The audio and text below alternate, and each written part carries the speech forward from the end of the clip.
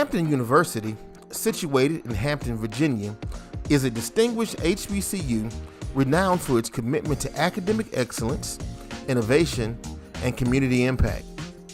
Established in 1868, Hampton offers a comprehensive range of undergraduate and graduate programs across various disciplines, including liberal arts, sciences, business, and engineering. With the focus on personalized education, state-of-the-art facilities, and a vibrant campus life, Hampton University empowers students to excel academically and socially.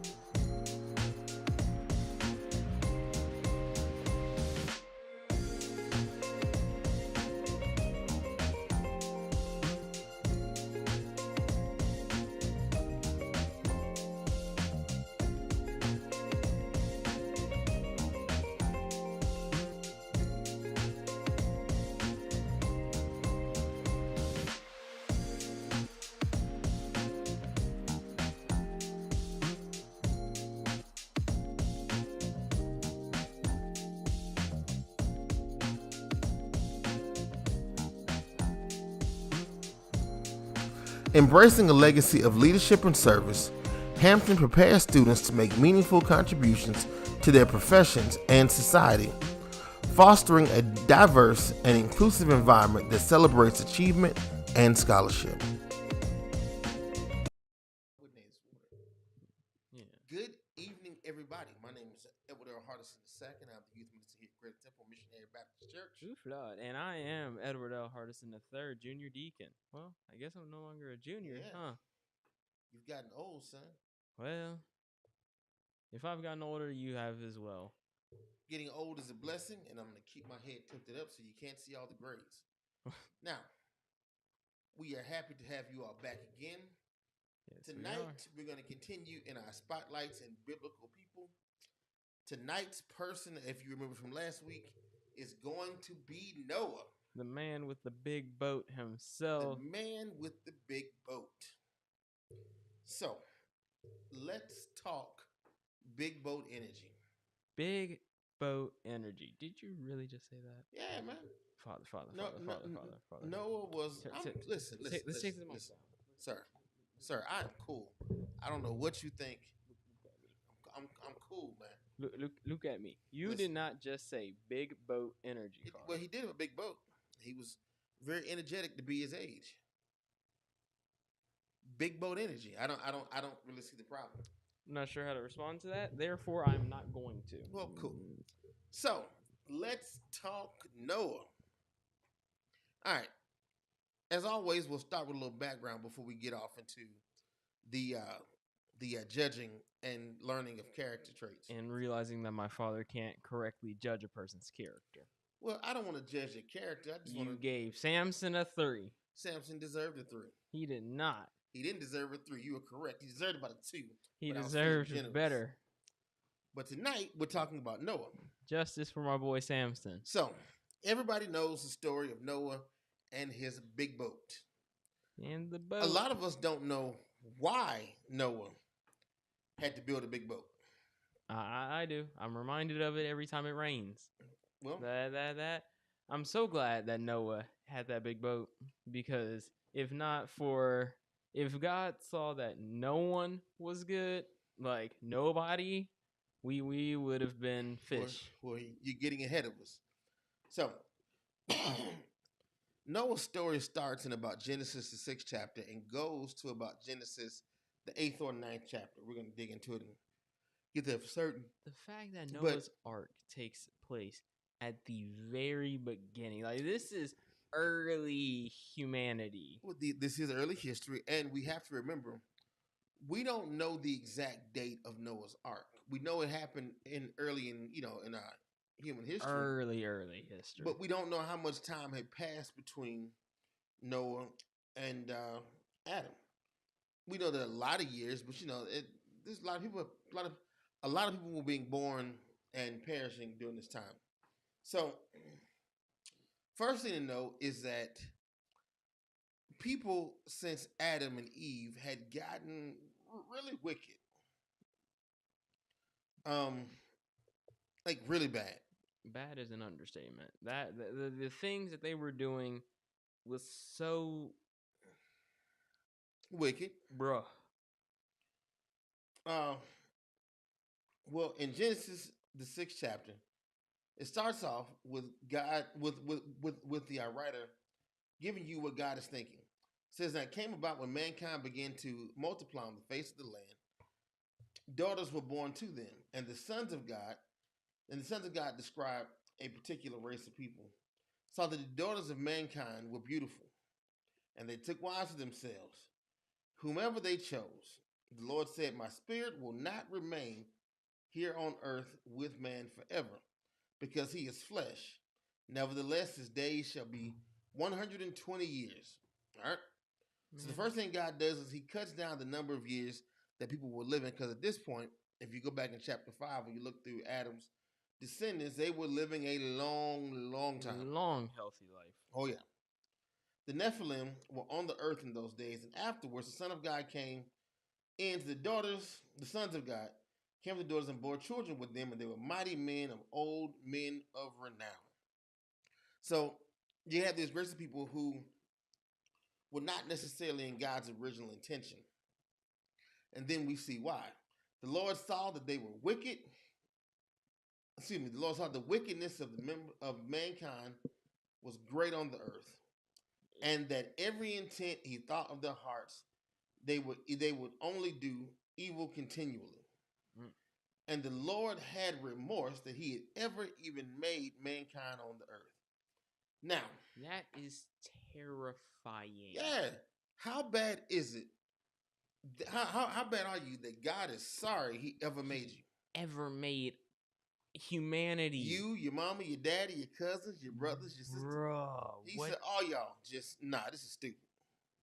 No. Like, So God decides in verse 7, I'm going to wipe out everybody. Get rid of all of them, because clearly these people are crazy. And from what it sounds like, he really did not have any intention to even restart until later. But he was like, get them out of here. Well, God had a reason for placing us here. So I think his intent would always be to bring us back. But fortunately, God was so irritated with humans that he decided he was going to wipe out everything he created. Birds, animals, trees, everything had to go. But Noah found favor in the eyes of God. Thank Yeah. everything that So, he did.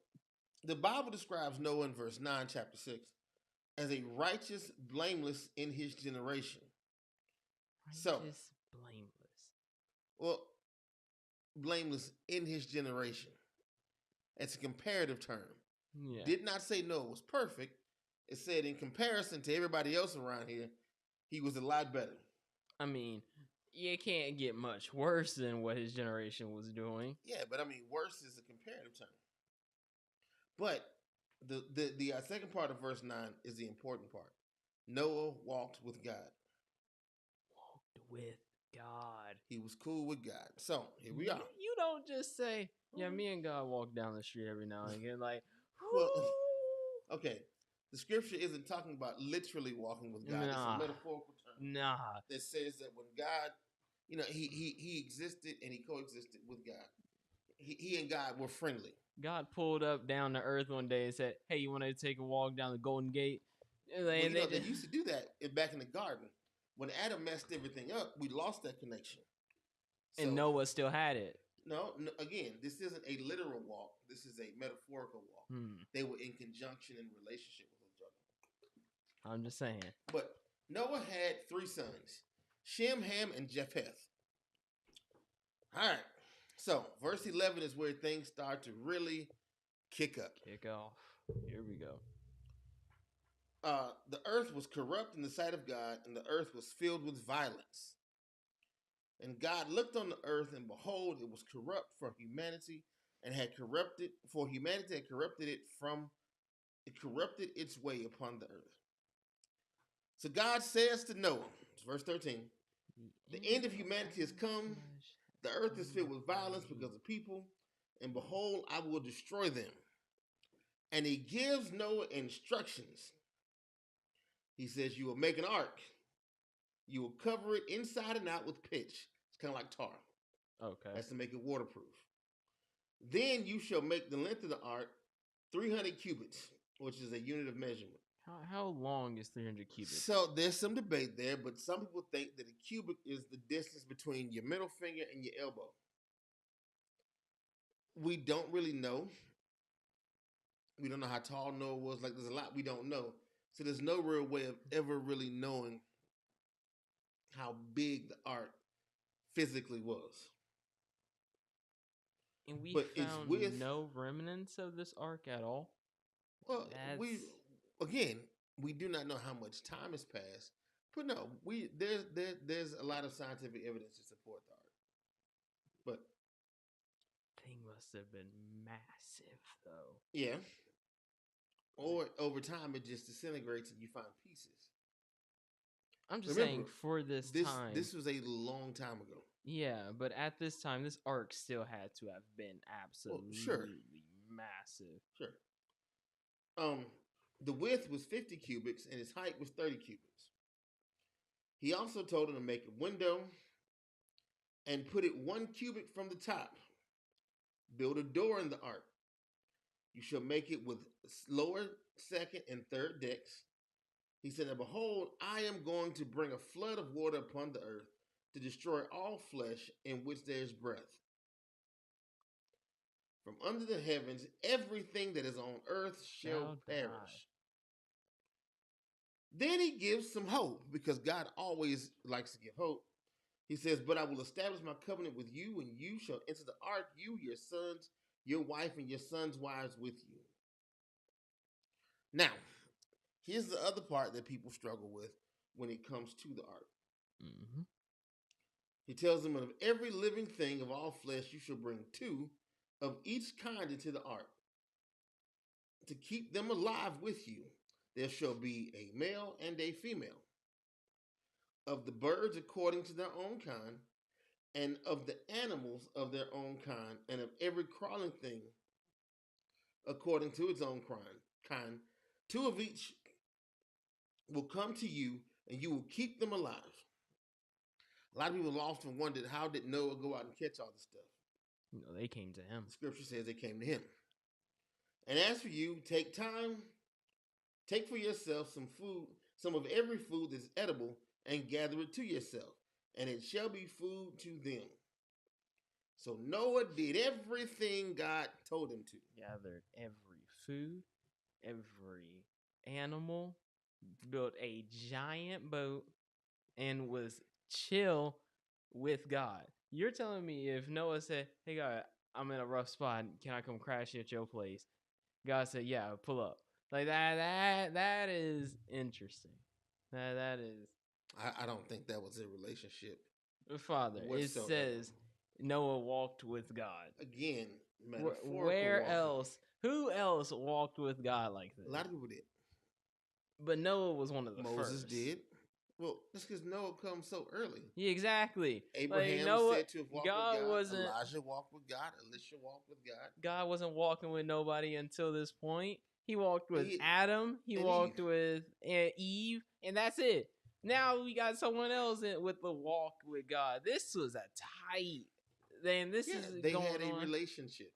tight relationship, and it's just been growing since then. By the time Moses got there, man, you weren't breaking that tight knit relationship with God and Noah like that. Noah was dead by the time Moses came. Man, he was chilling with God. Anyway, He was chilling with God So- before Jesus was a concept. God Like, said, "Do what?" that Noah was chilling with God before Jesus was a concept. Jesus has always been here.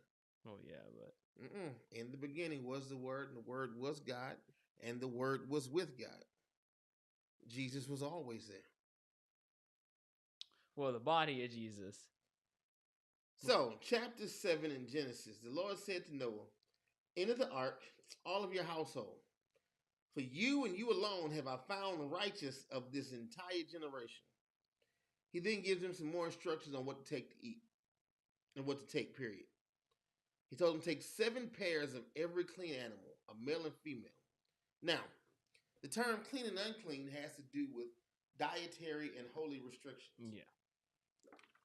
That's what Samson was considered clean or unclean. Like Well, that was ceremonially clean or unclean. oh. But this is way before even then. There were certain animals they couldn't eat because of the way they consumed the food. They would not be healthy for our consumption.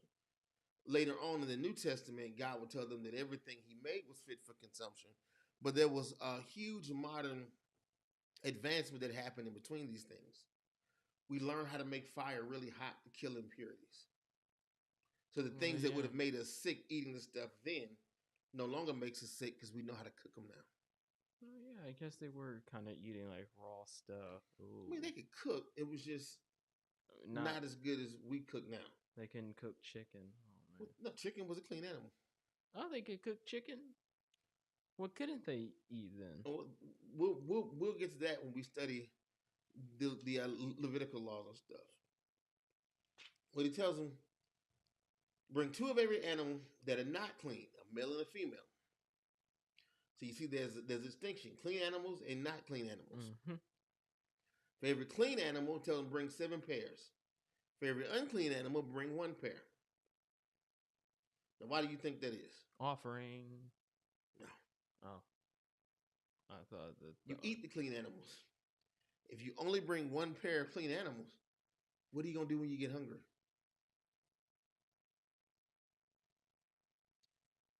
Wow. He also told them the birds of the sky, 7 pairs, male and female, so they can keep their offspring alive. After 7 more days, I will send rain on the earth for 40 days and 40 nights. The verse 5 is a big one. Bible says in verse 5 that Noah acted in accordance with everything that God had commanded. He was obedient. Mm-hmm.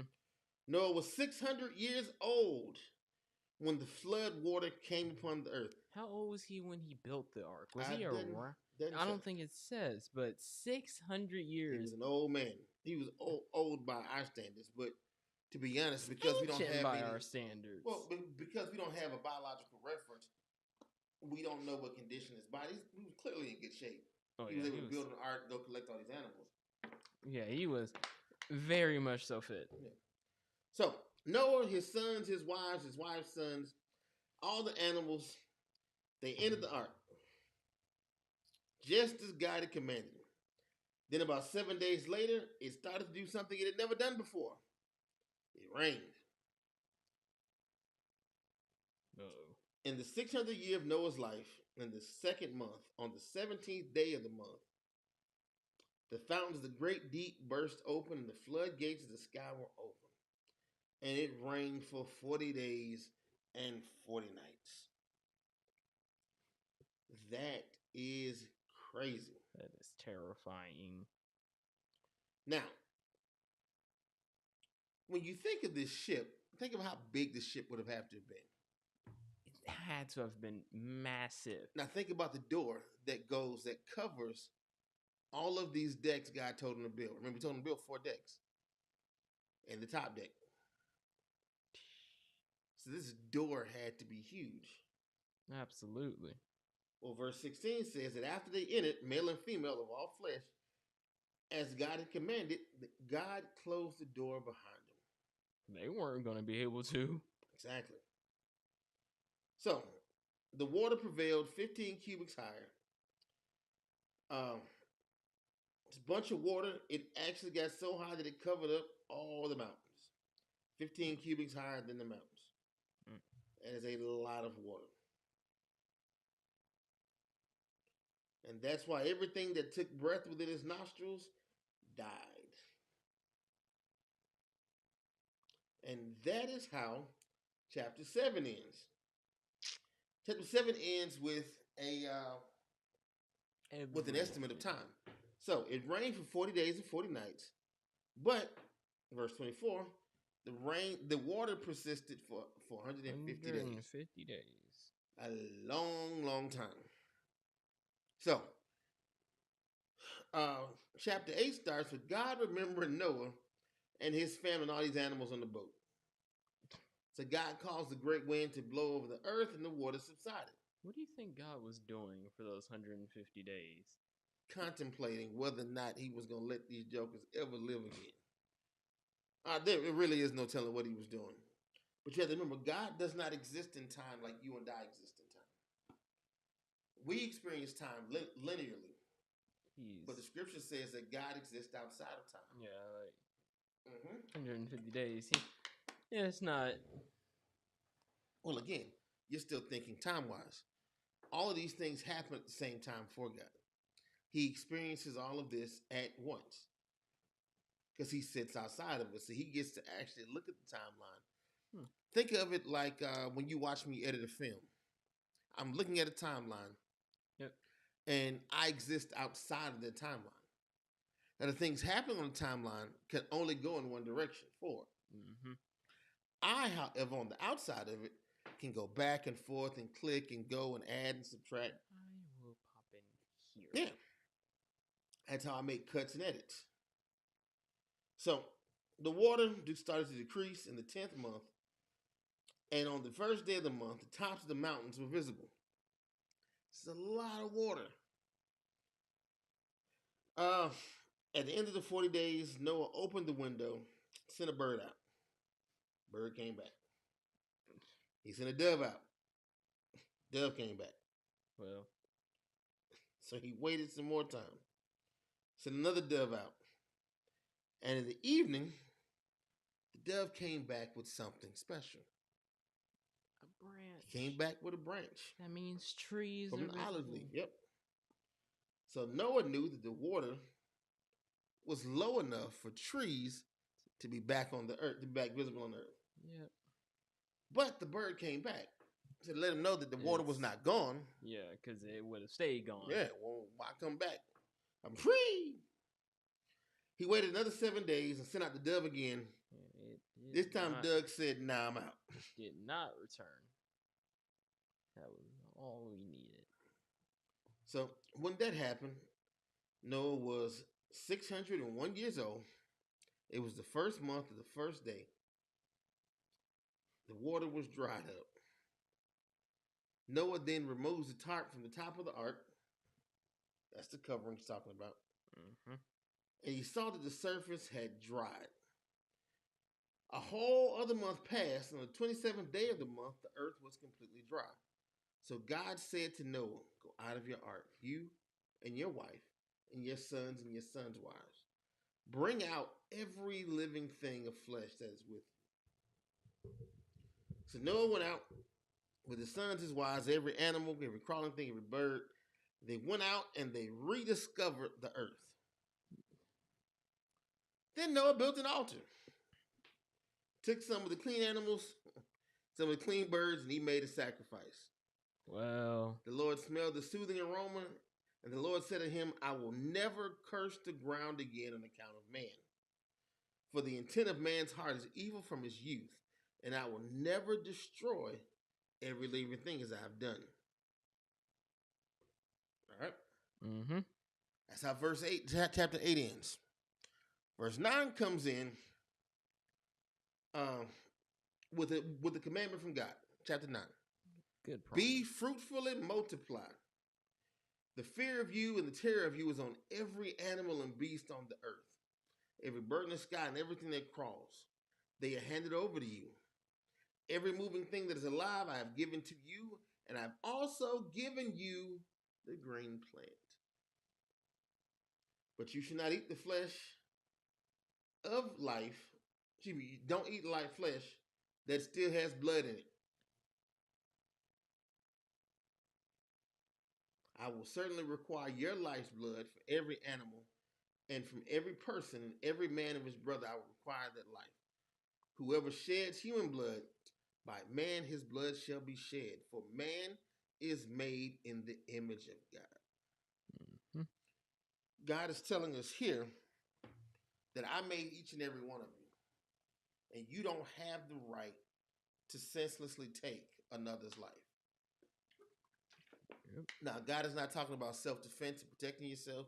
What God is talking about is Cain and Abel. Cain and Abel, half the stuff we see in Birmingham most of the time, people just out here wantonly killing people.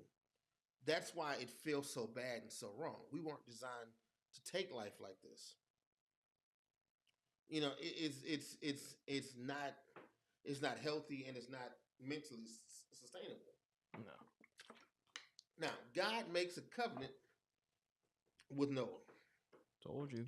Tight bond. Oh, yeah. He says, behold, I make myself a covenant with you and your descendants after you, and with every living creature and bird and livestock, everything that is on the planet, that I will never again eliminate everything by water, nor shall there ever be a flood that destroys the entire earth. This shall be my sign between me and you and every living creature. I have set my rainbow in the clouds, and it shall serve as a covenant between me, you, and the earth. All right, so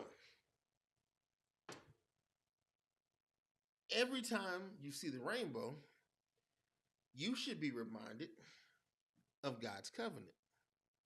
Which also means God probably was reminded of his covenant. Yeah, that's what the rainbow's for. The rainbow's for him. Which means if we see a rainbow, that means someone somewhere, listen to me, or a group of people did a thing. Listen to me. Rainbows scare me. I don't want to live in that time where the rain keeps going and the rainbow don't appear. Here's the thing. It won't be a rainbow next time. I mean, it won't be water next time. Yeah, He's already promised that it would be fire. That is crazy, though. That God has to remind himself. Can't do it this way. Not to wipe us out. With water. With water. He said, no, not this way. So, after this, Noah and his sons come out of the ark, Shem, Ham, and Japheth, and Ham was the father of Canaan. Those three were the sons of Noah.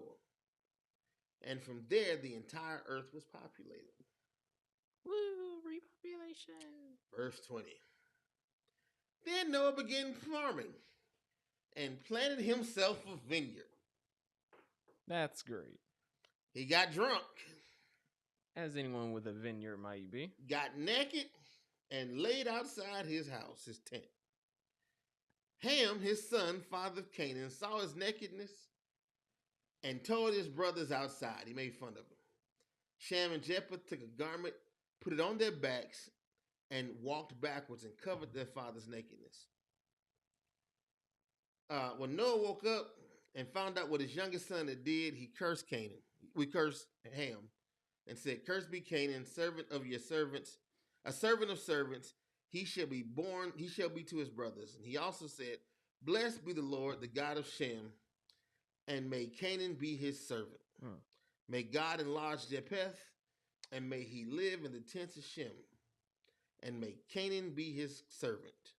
Noah lived another 350 years of the flood, and those were all the days of Noah, 950 years, and he died. 950 years old. Now, before we get into our analysis of Noah, now that we've covered the entire story, I want to address something. Yeah. In this country, a lot of time white supremacists use the curse of Ham as proof that black people should be enslaved and their subservience. And the truth is there's no proof whatsoever that black people are cursed, even if we are the direct descendants of Ham. There's no proof that God intended for this curse to be forever. He was very clear that Canaan, the child, should be the servant of Shem. Mm-hmm. He never said every child of Canaan, every child of Ham. It was just one generation. Yeah. So when you hear that statement ever being brought up, this is how you know it's a bunch of malarkey.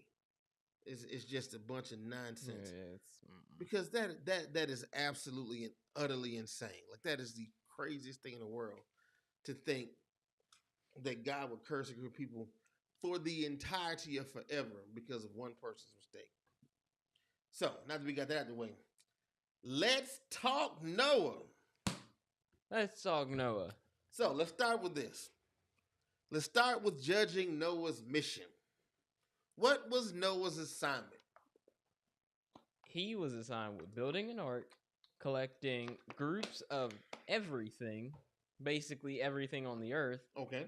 transporting it for those 150 days, and then repopulating the earth after it was dried back out. Okay.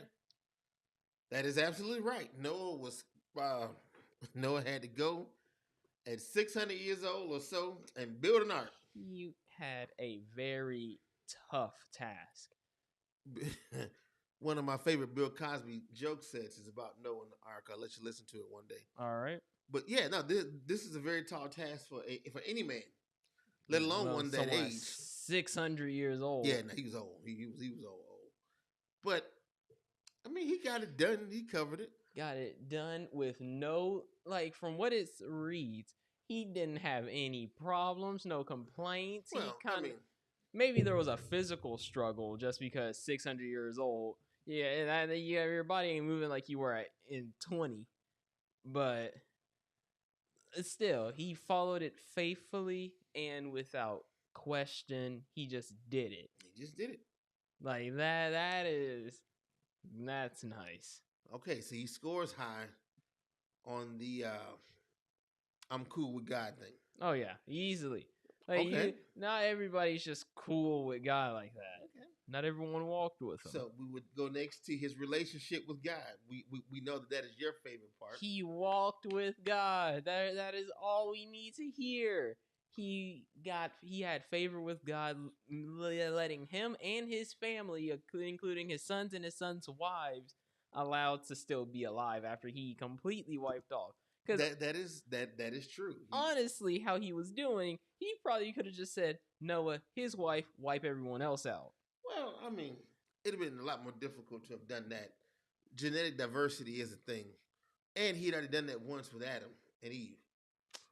But no, you need a little diversity in the gene pool so that you don't end up with who knows what. So get a few extra people in there. That's cool.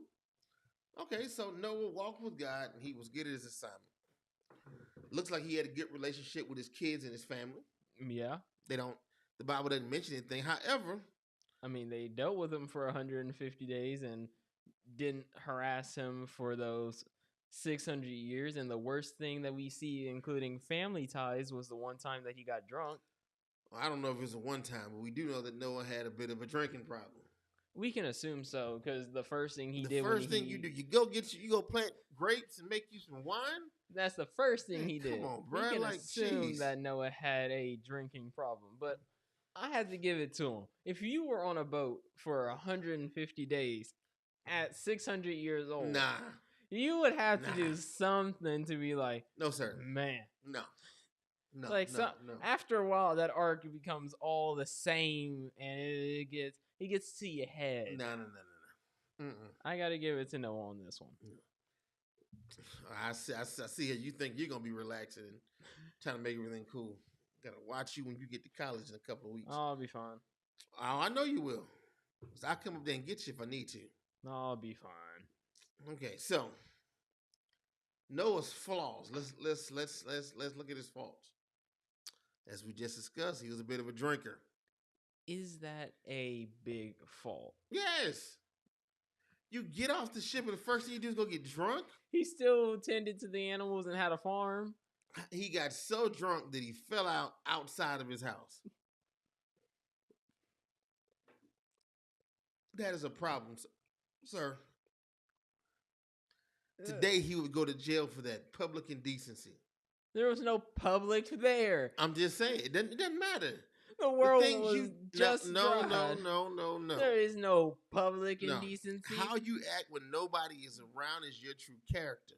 Noah's true character was clearly hit the bottle. Actually, his was go make the bottle so I can hit it. It's a problem. That is At not least good. he made it. He didn't blow money trying to get it. He didn't have any money. Money wasn't a concept. There was the only ones left on the That's earth. exactly my point. That's my point. There's nothing. There's no public Nope. indecency. There is no public. It still was indecent in public. There is no public. Here's how you know it was indecent. When his other two sons showed up, Yeah, they turned around and covered him up. Yeah. Public indecency. Indecency. So, overall, If that's the only thing that we can flag Noah on, I think make your arguments in a second. So, I'll give you a second to get your thoughts together, and then we'll go. All right.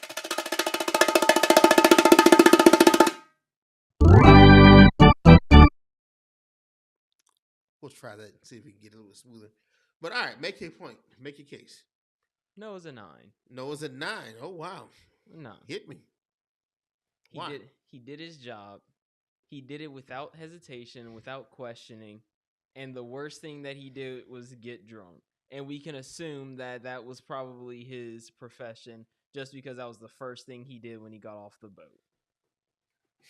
Okay. By your own estimation, I'm gonna go 8.5 for Noah there. 8.5? I can agree to that. And here's why. I think Noah's profession had more to do with carpentry than it did farming. Because he was able to go out and build the ship. In his hierarchy. Yeah. It's not something I think I can do, and I have a little woodworking experience. However, Noah was very fluent with the tools. He knew exactly what to do. He got it done. He may be a toolsmith just because he also knew how farming equipment worked and was able to farm. I'm just saying. I don't know how much equipment he used.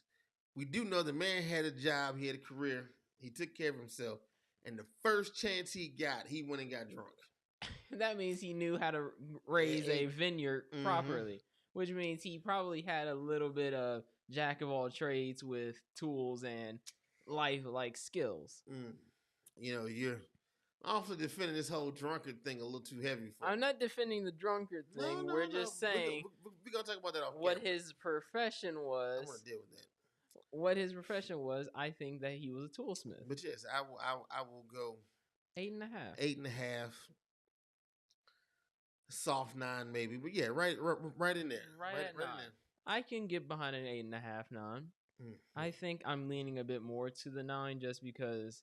Because you like Noah and you still mad about Samson. Yeah, absolutely. I'm not going to give him a 10 because he's not flawless. Yeah, there's no perfection. So, like Jesus, if we give him under a 10, that's a problem. We're not talking about other people. Because now we have to, keep it up. But, all right, so 8.5, 9. We're about the same on that one. That's the first one we finally agreed on. No, we were close on David. You gave him, what, a 6.5? I gave him an 8. Yeah, that's not too far off. Terrible. And it wasn't Samson off.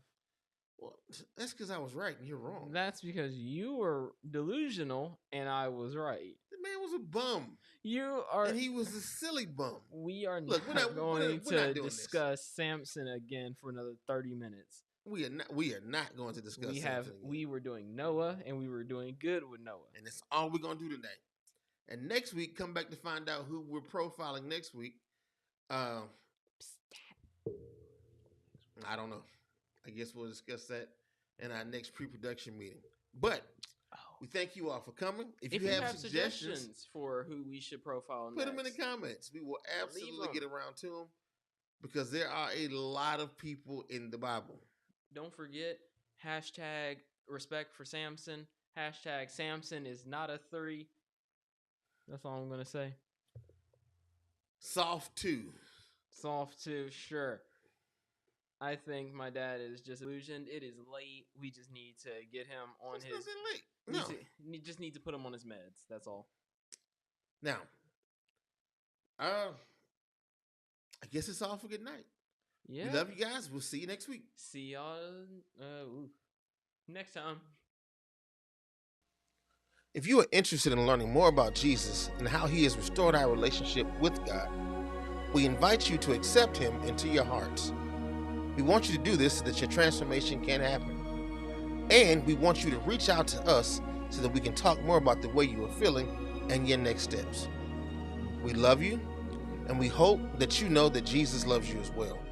He died for your sins, and he was resurrected for your faith.